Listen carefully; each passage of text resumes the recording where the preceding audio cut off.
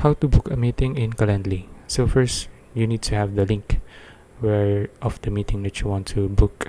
Okay, so let's say I have the link, and then just paste it on your browser here, and then click on enter. Okay, now you'll see this. Okay, so after that, just select any of the available times of the meeting.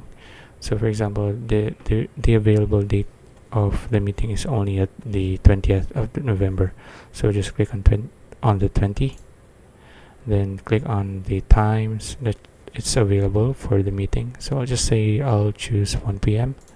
then just click on next, then just add in your name.